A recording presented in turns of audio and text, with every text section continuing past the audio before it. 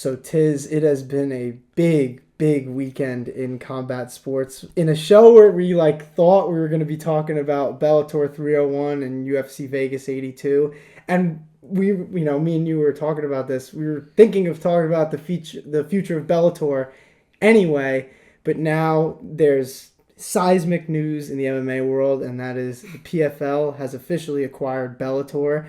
Seems like it's been inevitable at times. Me and you have been covering this story, I feel like, for months, probably since the spring.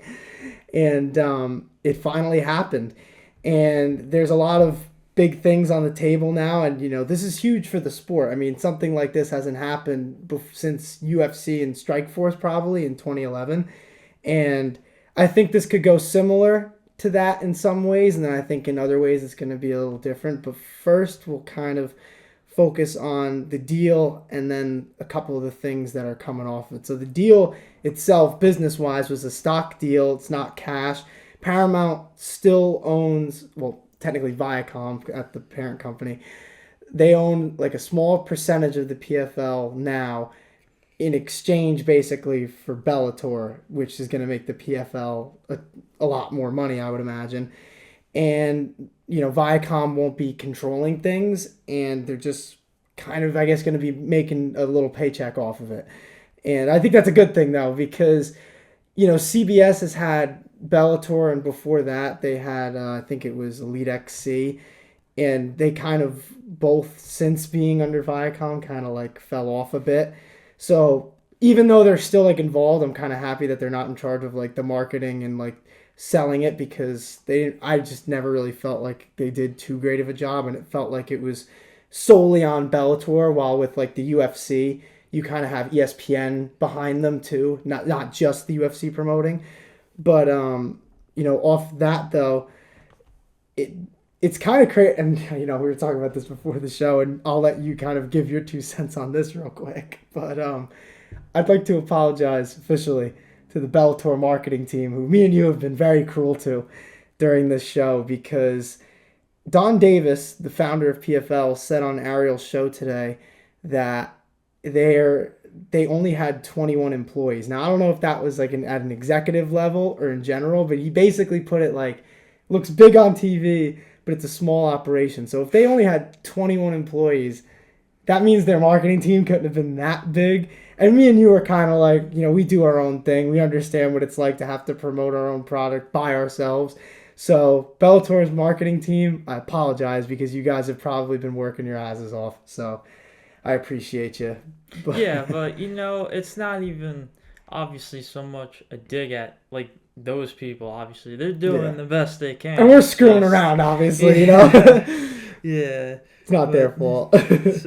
But yeah, that, I mean, it is. I think it is crazy. Just put it into perspective. There you go. It makes sense as to why you wouldn't be where you would want it to be, and why, So even events such as this one that just happened, that we're not finding out until the week of. So. Yeah, exactly. And it just seems like Viacom as a company was kind of mailing these last few cards in. I mean, even a few months ago, Ryan Bader said that his Bellator 300 fight was scrapped because, quote, Viacom didn't want to pay.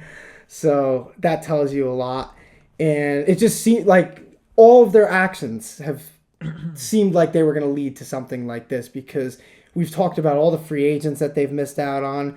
Now they really haven't missed out, because now they're going to be under the same umbrella. And with that, I'll kind of explain that a little bit. It's still going to be one company, all under the PFL banner, but there's going to be 5 different, subsets of that, which is the normal PFL season format that they do. They have that super fight division only on pay-per-view, and I think they said they're going to have 2 to 3 per year. The PFL Challenger Series, which is their version, I guess, of the Contender Series, and then PFL International Series, which I think they gotta really get broadcast in the U.S. somehow. I know that it's only international right now, but I think MMA is such a global sport. It doesn't matter what country people are from. I think an American audience could follow it. And then Bellator, which is going to be kind of a one-off. And with that, I'll read real quick just to get it out of the way.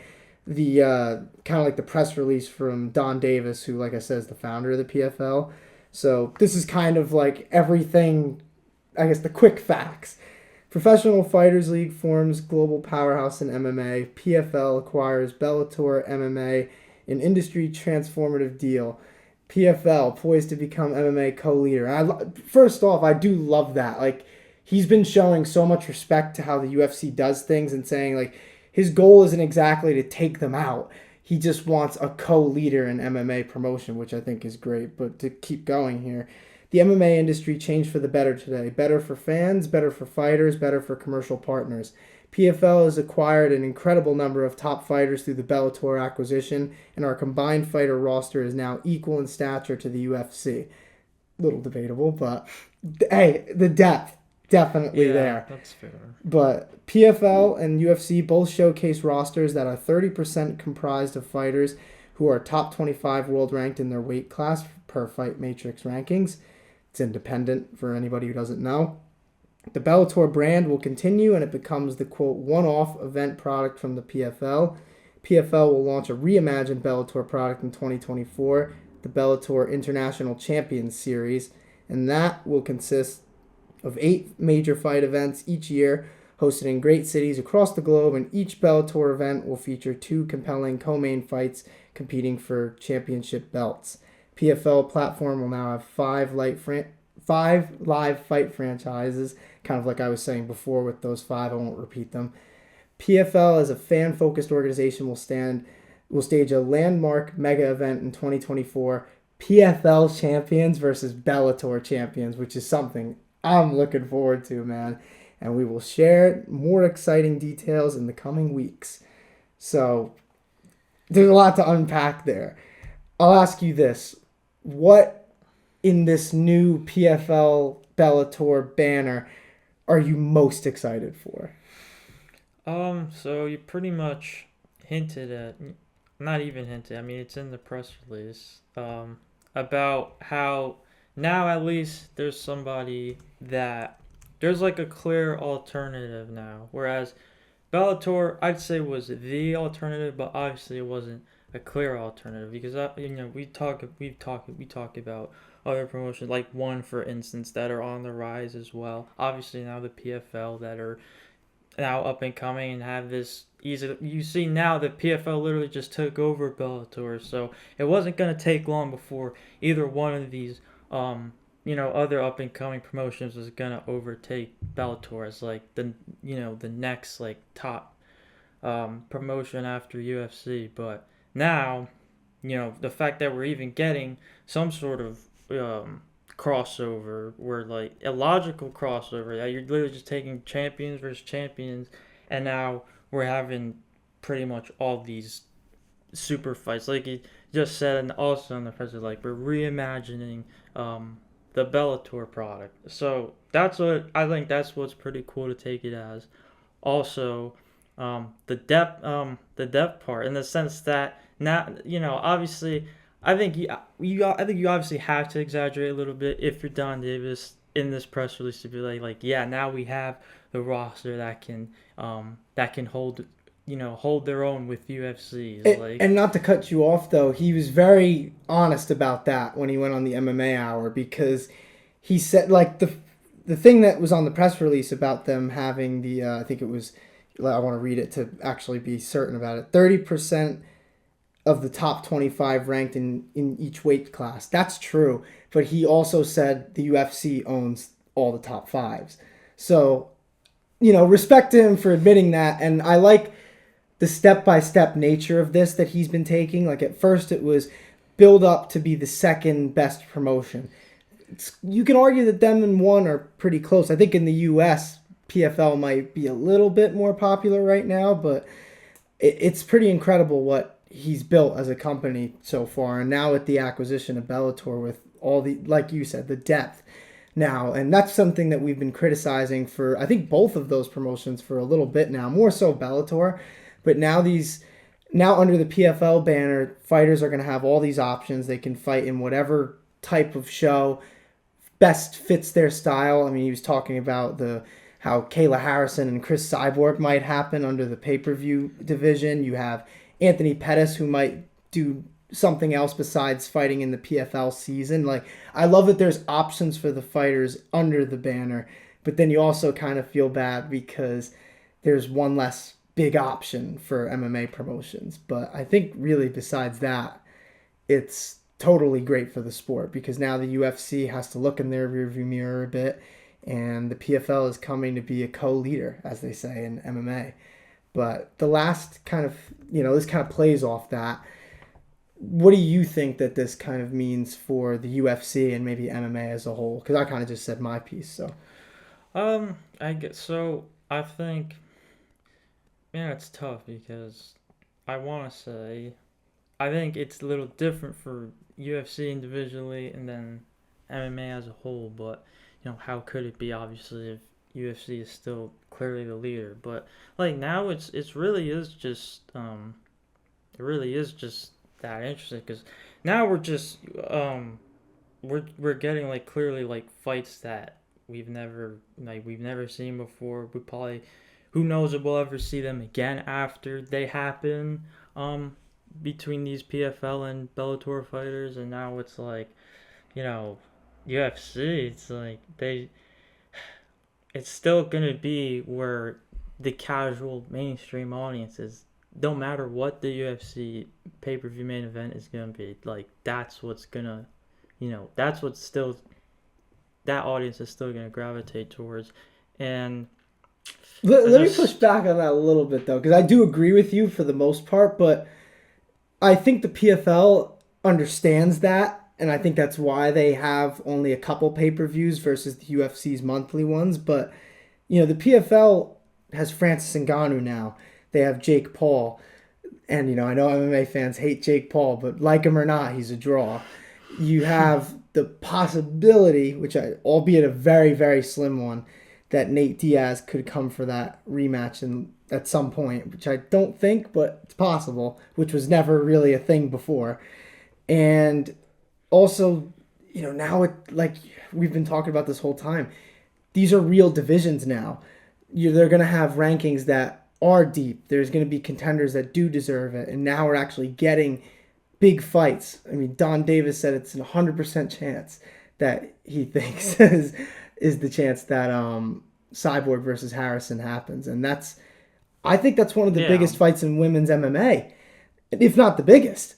And it won't be happening under the UFC banner, which is, I can't even really remember the last time any promotion has held a candle to the UFC. We've talked about Strikeforce.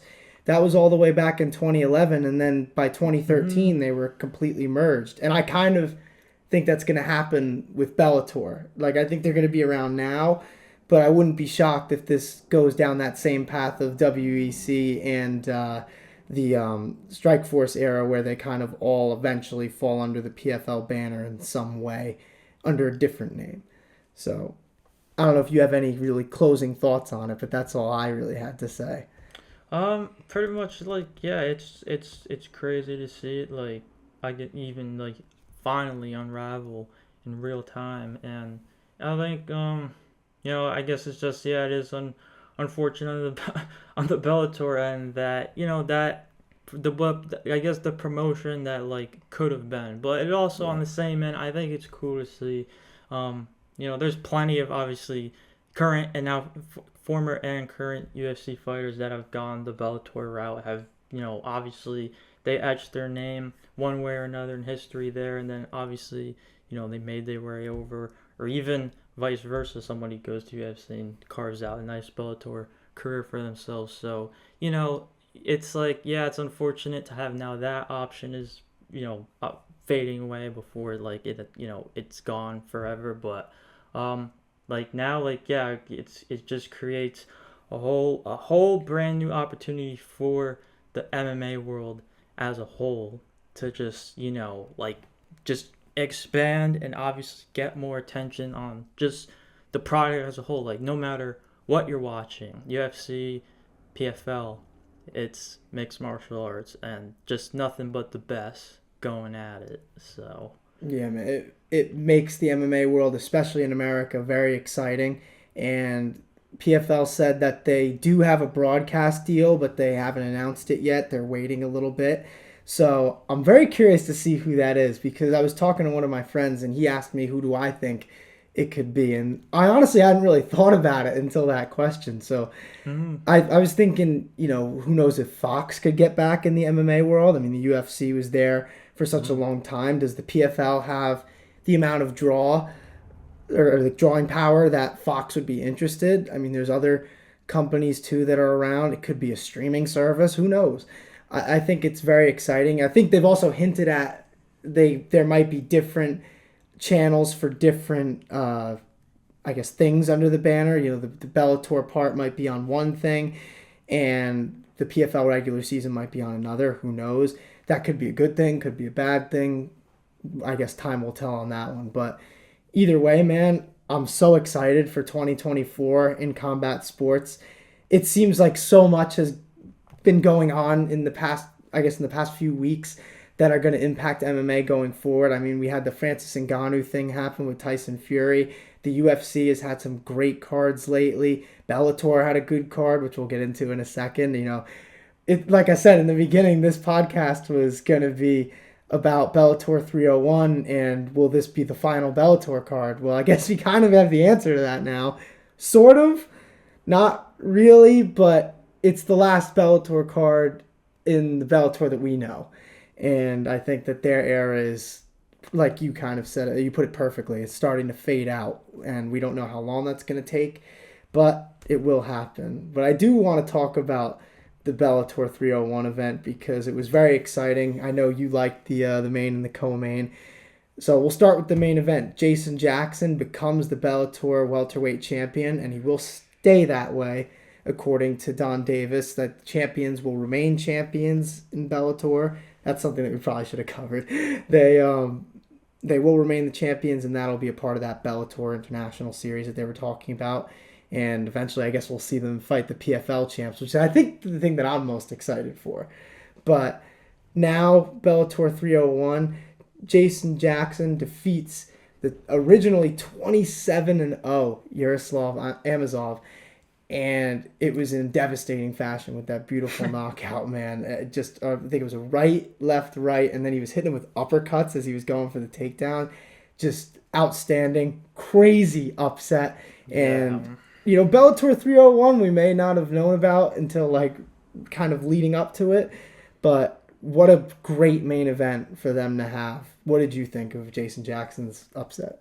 Oh, dude, I mean, what a story, right? Just for this to take place the way it did. I think you had, I mean, just like another just awesome underdog story that was just written, and you could just see throughout the fight. I mean, Amosov clearly had things controlled. I think Jason Jackson was fighting more not to fighting more not to lose than to win, pretty much. And that's where kind of I think things were kind of confusing me a little bit. I thought he defended obviously very well against the takedowns, but I think he definitely, not that he was gun shy or anything, but I think he obviously didn't see until that last round. He really just put all the striking together, you could see he knew that he was gonna win one way or the other, and that, good for this. Awesome. I think you love to see it. To be the one in someone's 27-1, that's pretty fucking awesome. So, Yeah. I mean, yeah, just Just awesome super fight, impressive. seriously, yeah. And a great cap to that Bellator era. And Jason Jackson, he's been there for a while, and I've seen him fight so many good fighters. So to see him do this in what's basically the final Bellator card as we know it, I thought that was pretty cool. And then in the co-main event, we had Patchy Mix versus Sergio Pettis, and Patchy Mix submitted him with a rear naked choke. And I kind of wanted to bring this to a different conversation because this was obviously a super impressive performance, but is Patchy Mix the best grappler at 135 in all the promotions? What do you think? It's a tough question, I know, but Yeah, dude, that it's is, pretty incredible. man. I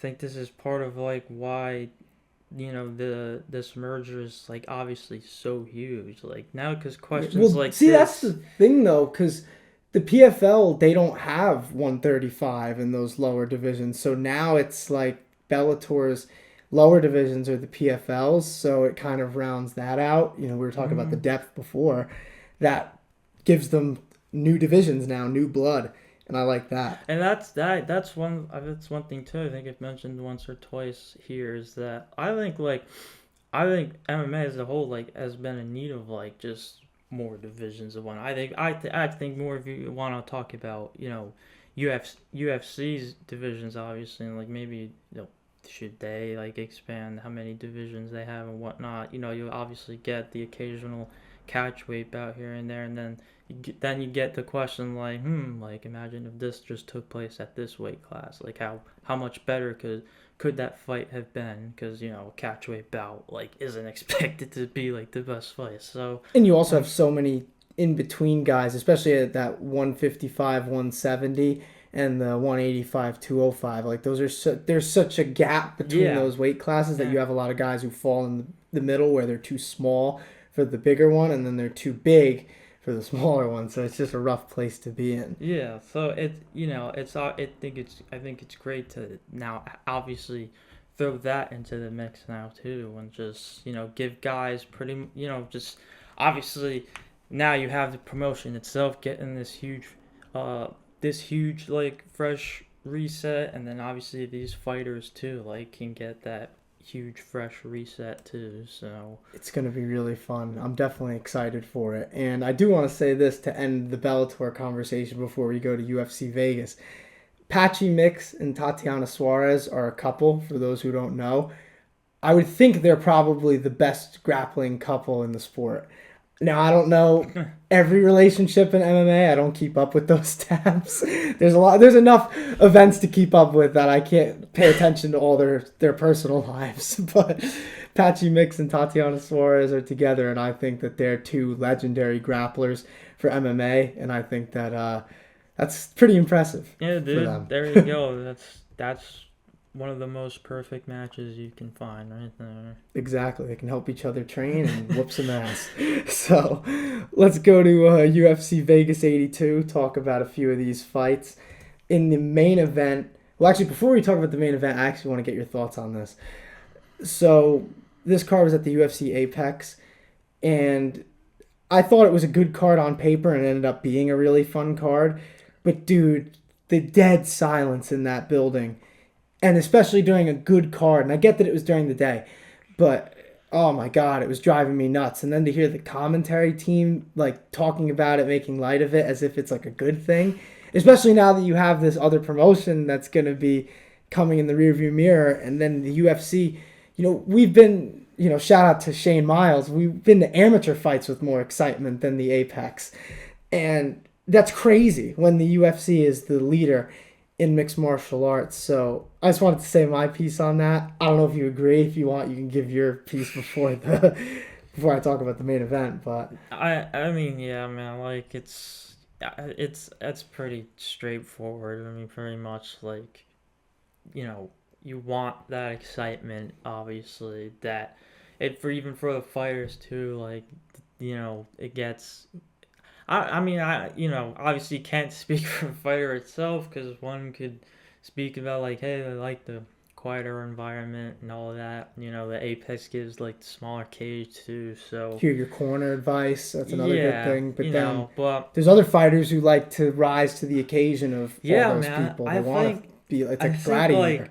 like I had another thing I'm thinking about like too is like man, I wonder like how many are there like a good amount of fighters that have literally have in their entire UFC career so far have yet to fight in front of a crowd. Oh, I'm sure there's plenty because they stick a lot of like younger up and coming guys and maybe people who are on like bad stretches at the apex. It's not a punishment obviously, but it feels like it is Yeah, sometimes. isn't that crazy? I don't know, man. I don't like it.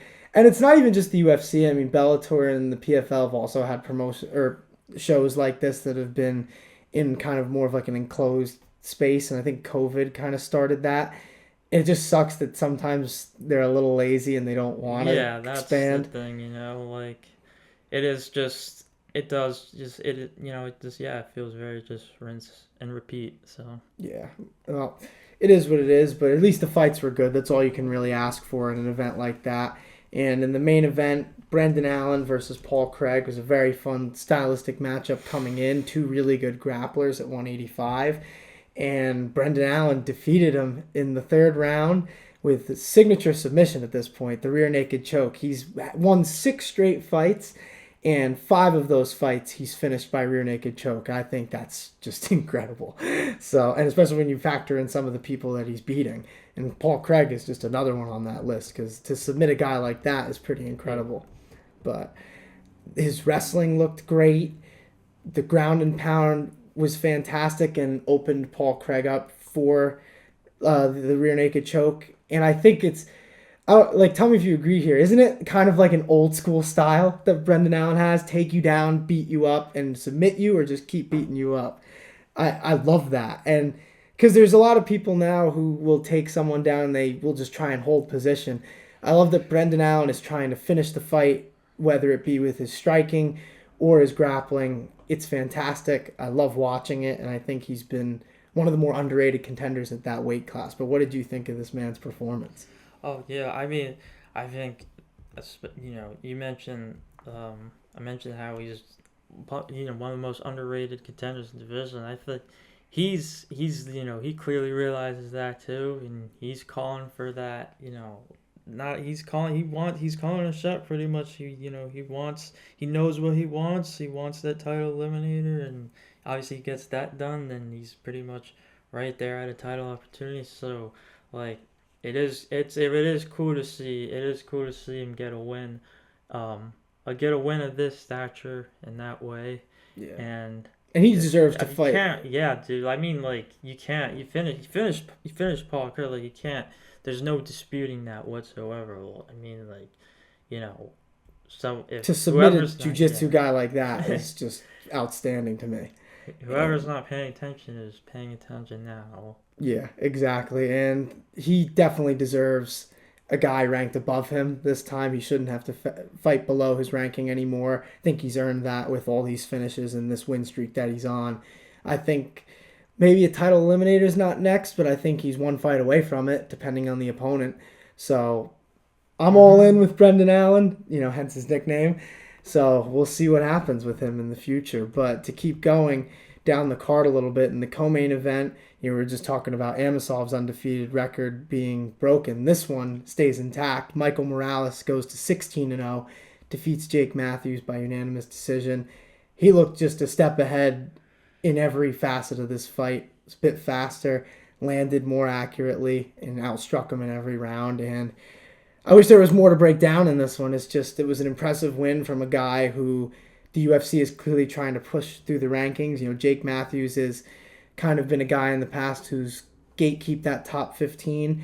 He's a good fighter. If you're not on top of your P's and Q's, he's gonna take you out. But Michael Morales looked incredible with this test and super, super impressive by him, honestly. I don't know if you have anything on that fight, but this card, like, it was pretty deep for a Apex card, in my opinion.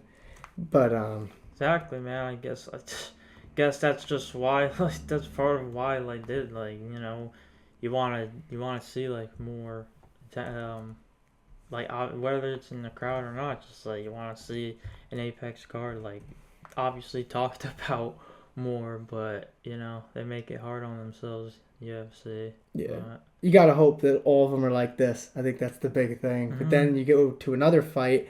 You have Chase Hooper versus Jordan Levitt. That was a fight I was really excited for coming in. Another fight similar to the main event, two really good grapplers, and this one was basically a jiu-jitsu match. We had arm bars, omoplatas, leg locks, rear naked chokes. So incredible, and Chase Hooper wins by submission with the rear naked choke in the first. Super fun fight. I'm glad that it happened. How about Chase Hooper, man? I mean, he's kind of putting it together. yeah, that's good. That's definitely good to see. You have a pretty rough start to his Yeah. UFC career. I'm glad to see him progressing as he gets older and, gets really deep into the UFC now Yeah, in he's his seen. run. I mean, I'm judging off this fight. I don't know if it was just a matchup thing, but he seems, a lot more. He just seems more experienced and just like well-rounded and whatnot. But Yeah. obviously, think you want to obviously see the striking get put more to the test and put more together on his end, but he'll get there. I think. I think a win like this, obviously, like can go a long way. So. Yeah, it'll move him forward. And, like I said, I'm going to keep it moving with this card because you guys have been here with us through the Bellator conversation. And the UFC Vegas card, as good as it was, is almost like a side story at this point. But there were so many good fights, I just couldn't bring myself to not talk about them. But, there was Jordan Talbot. I honestly wasn't too impressed by him. His striking, I was super impressed by. But he definitely should probably work on his jiu-jitsu off his back. He didn't do too well with his get-ups before. Obviously, he did end up finishing the fight sort of on the ground with the rear naked choke. And he jumped to his back, his opponent's back instantly when he got him hurt. But that was more so because of his work on the feet rather than the ground. So, very good striker. Probably needs to work on the grappling, but exciting nonetheless. I definitely enjoyed watching him fight. But then the last fight I wanted to talk about because it was such an amazing comeback. Amanda Ribas wins via knockout over Luana Pinheiro. It just outstanding, outstanding. And this fight was at 115. I do think that that Amanda Ribas should kind of stay around this weight class. She's kind of gone up and down in the past at 125, 115, but 115 just seems like the place for her to stay. And she took some serious damage in round one, especially above that eye. And for her to come back, make the adjustments right away, and to finish her with the spinning kick that she ended up finishing her with was just outstanding. I was super impressed by Amanda Ribas. What did you think of her performance here? You, you saw. I think that's one of the that easily one of the better knockouts of the year so far. Like easily, especially when you factor in the adversity she had to overcome too. I mean, like, yeah, there's no knocking this. It's good to see a win like this at 115 too. Let's hope she keeps moving. Yeah, I think that's all you can really ask for. So. Well, it's been a crazy weekend in combat sports. Seems like the end of 2023 and 2024 are going to be insane. So, no pod officially next week as of right now. Thanksgiving. Happy Thanksgiving to our listeners and our audience. I might try and sneak a video in there because the PFL championships are happening this weekend. But besides that, that's it. So, see y'all.